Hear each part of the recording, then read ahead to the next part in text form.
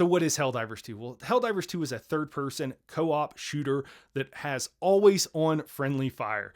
It is an amazing game and makes you feel like you're a superhero. If you ever wanted to be Rambo, if you ever wanted to be a commando, if you ever wanted to be any kind of action hero, Helldivers has got you covered. Maybe it's Starship Troopers, right? Helldivers, the core gameplay is that you have a squad, typically of 4 people, although you can go in solo or just with your friends, and you complete mission objectives. Now, these vary from kill X number of creatures, and it's kind of like zombie apocalypse mode where you just have bots coming at you or bugs coming at you. There are 2 main enemies at this point, and I am very confident that at some point in the future there's going to be a third, which will be like an alien race. So the bugs, think Starship Troopers the movie. You've got all kinds of different bugs that are coming up and you're having a fight. And then for the bots, think Terminator, okay? Think Skynet. That's what you're having to deal with. Hey everyone, it's Night Haro here, and today I have a review of Helldivers 2, the best game of 2024. There are all kinds of enemies that you'll run into in Helldivers. There are all kinds of different mechanics, everything from stealth to giant explosions to space lasers that I promise you have nothing to do with anybody who's Jewish. One of the core mechanics is calling in stratagems. Stratagems, you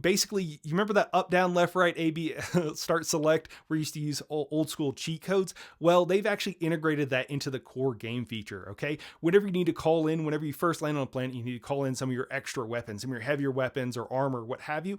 And anytime you want to call in an airstrike or something similar, then you need to use this system of up, down, left, right. Everything has its own unique code, and it's really fun, and it's amazing. You get to run around, you memorize some of these, and then you'll switch and try a different one. You're like, oh wait, what is that code?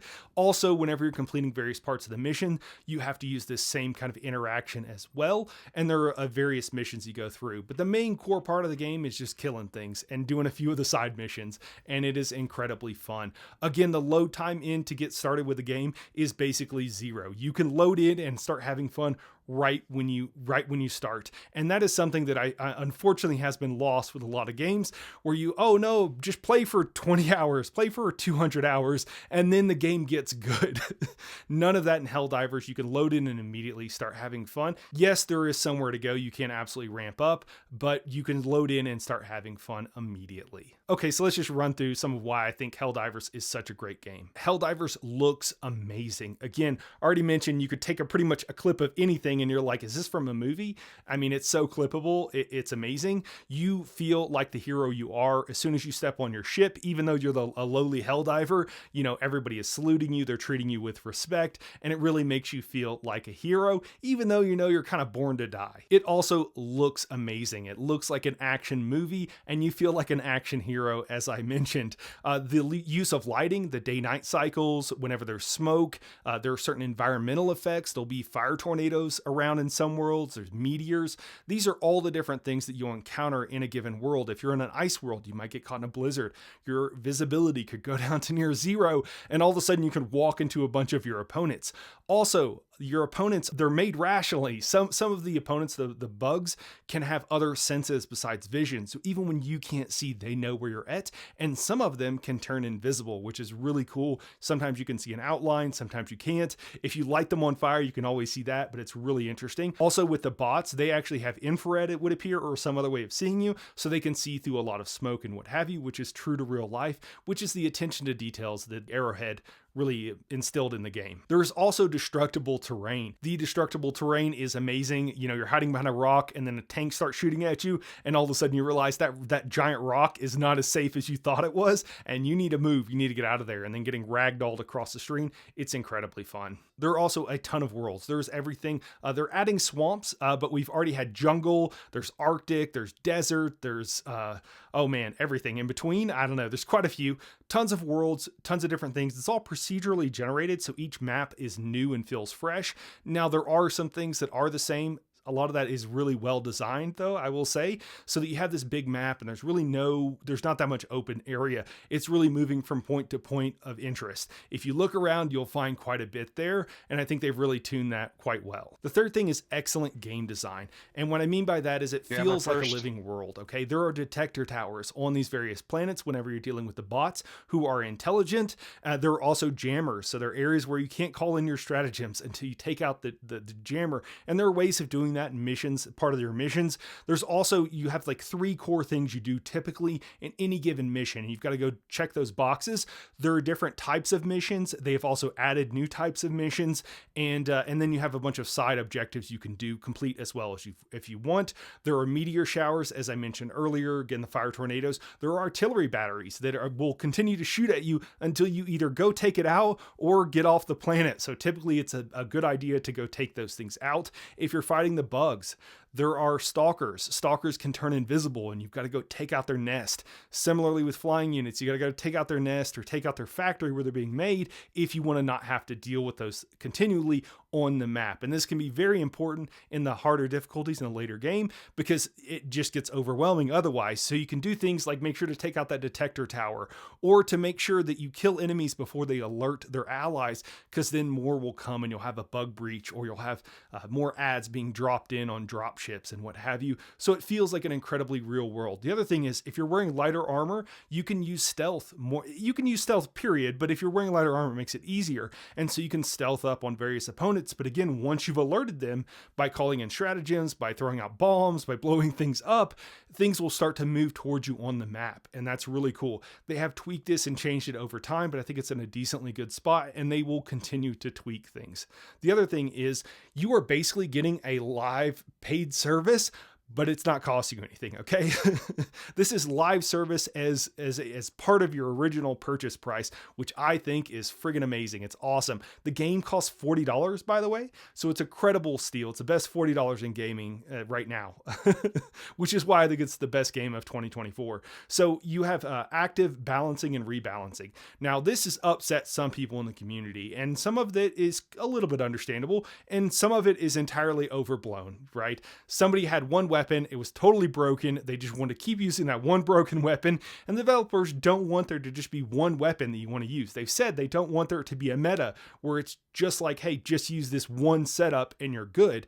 They have a whole bunch of weapons in the game. They're adding new all the time, and there's a bunch of different ways of loading out your character, and they're all viable. There's a ton of, not all viable, there's a ton of viable options out there though. You know, the main game I play, Elder Scrolls Online, has this tagline of play the way you want, but really, there's only one way to play, and if you want to play other ways, it's just bad. In Helldivers, that's actually true, because all of these options, there's a ton of options out there that are all viable and all work really well.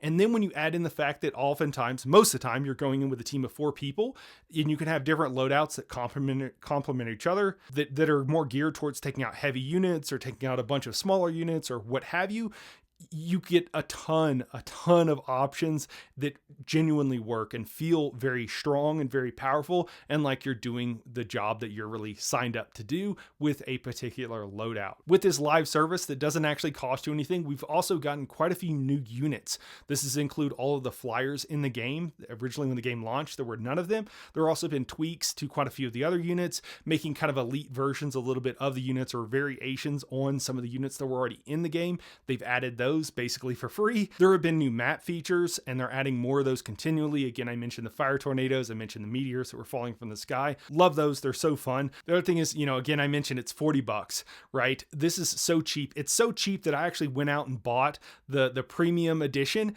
because I want to give these guys more money. You know, the monetization you can purchase, there is premium currency in the game, but the way it's designed, you don't need to spend any real world money to unlock everything in the game, okay?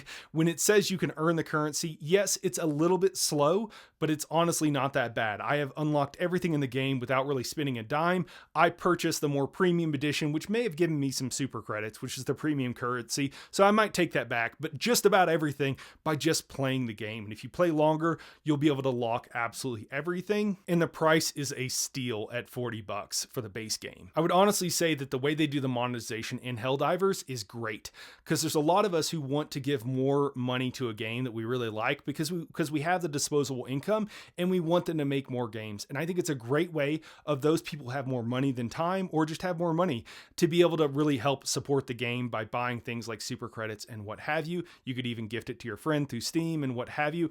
I love that.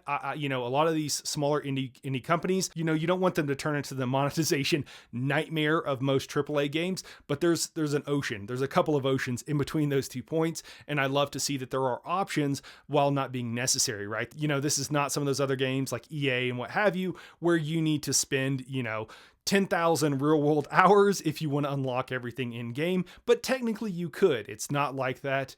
Everything is definitely earnable in game. And then the last thing here, and I mentioned this in another video where I explained about gaming reviews in general, and then it's about the studio. Arrowhead's Helldivers 1 was an incredibly fun game that the community loved. Okay, this had a cult following, and it was a really fun game, and it's cool because a lot of the creatures, the weapons, and everything else from Helldivers 1 is in Helldivers 2. Even though the game is an entirely different format, it was a top-down isometric view where you had a team and you were still trying to complete these various missions. But Arrowhead Studios, these guys are gamers, and they're an independent studio. They don't have corporate overlords, and they're in it for the love of the game, and that's why we got such a great product. I love Helldivers. I'm so excited that they're doing an expansion. I can't wait till we get a third race to fight, and I can't wait to see what else they make in the future. It really is all about the studio. And hey, if you're one of the few people that hasn't tried out Helldivers yet and you want to go check it out, I've got a video, a new player's guide, that will start you straight from scratch. And then I've also got several short videos which will help you out with a basic loadout, whether you're fighting bugs or bots or what have you. Anyways, that's it for today. Appreciate you guys watching. We'll catch you in the next one.